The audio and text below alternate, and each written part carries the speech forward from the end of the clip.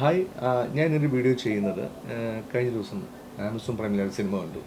നാരായണിയുടെ മൂന്ന് ആൺമക്കൾ. ഭയങ്കര ബ്രില്യൻ്റ് ആയിട്ടുള്ളൊരു ഒരു ഫിലിം എക്സ്പീരിയൻസ് ആയിരുന്നു എനിക്ക് ആ സിനിമ. അപ്പം എനിക്ക് ആ സിനിമയെക്കുറിച്ചൊരു വീഡിയോ ചെയ്യണമെന്ന് തോന്നി. കാര്യം നമ്മൾ പണ്ട് കണ്ടുള്ള തിങ്കളാഴ്ച നല്ല ദിവസം അല്ലെങ്കിൽ പത്മനാഭൻ സാറിൻ്റെ സിനിമയാണ്. ആ സിനിമയുടെയൊക്കെ ഒരു മോഡൽ. എന്നാൽ ഭയങ്കര ബ്യൂട്ടിഫുൾ ആയിട്ട് ഇന്നത്തെ ഒരു സമയത്ത് ഇത്രയും ഇത്രയും പീസായിട്ട് ഇത്രയും എന്താ ആ സിനിമ കാണുമ്പോൾ കിട്ടുന്നൊരു ഒരു സംഭവമുണ്ട്. അത് നിങ്ങൾ ആ സിനിമ കണ്ടാലേ നിങ്ങൾക്ക് മനസ്സിലാകത്തുള്ളൂ.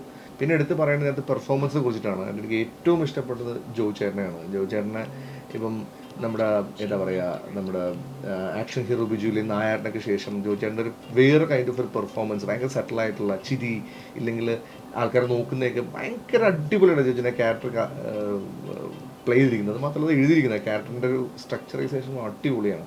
നമുക്ക് ഭയങ്കരമായിട്ട് ആ ക്യാരക്ടറോട് ഭയങ്കര ഇഷ്ടവും സിമ്പതിയും ഒക്കെ തോന്നും. ആ സിനിമയിലെ ഏറ്റവും ബ്യൂട്ടിഫുൾ ക്യാരക്ടറൈസേഷനും എനിക്ക് ഫീൽ ചെയ്തത് ജോയി ചേട്ടനെയാണ്. പിന്നെ സുരായേട്ടനാണെങ്കിലും അലൻസേട്ടനാണെങ്കിലും എല്ലാവരും അവരുടെ റോളുകൾ വളരെ മികച്ചതാക്കി. പക്ഷേ അതിനകത്ത് ഏറ്റവും എനിക്ക് പറയേണ്ടത് രണ്ടുപേരെ കുറിച്ചിട്ടാണ്. അത് ഒന്ന് ഗാർഗി, അടിപൊളിയായിട്ട് ആ ക്യാരക്ടർ പുള്ളിക്കാരി പോർട്രേറ്റ് ചെയ്തിട്ടുണ്ട്.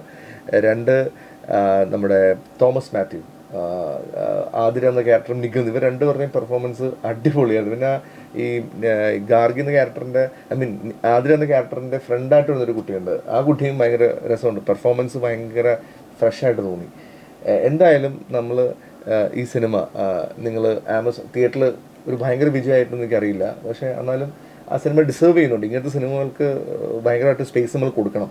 എന്നാൽ മാത്രമേ ഇതുപോലുള്ള അടിപൊളി കണ്ടന്റുകൾ മലയാളത്തിൽ ഇനിയും ഉണ്ടാകത്തുള്ളൂ.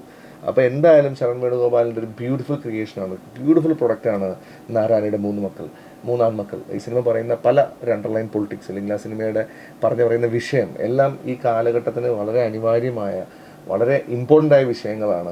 ഒരുപാട് ഡയലോഗിലൂടെ പറഞ്ഞ ചെറിയ ചെറിയ സംഭവങ്ങളൊക്കെ വളരെ ഇൻട്രസ്റ്റിംഗ് ആണ്. ഒരുപാട് കാര്യങ്ങൾ ഓൺലൈനിൽ ആളുകൾ അങ്ങോട്ടും ഇങ്ങോട്ടും പല റിബേറ്റുകൾ സിനിമയെ കുറിച്ച് നടക്കുന്നുണ്ട്. എന്തായാലും ഈ സിനിമ ആമസോണിൽ നിങ്ങൾ കാണുക.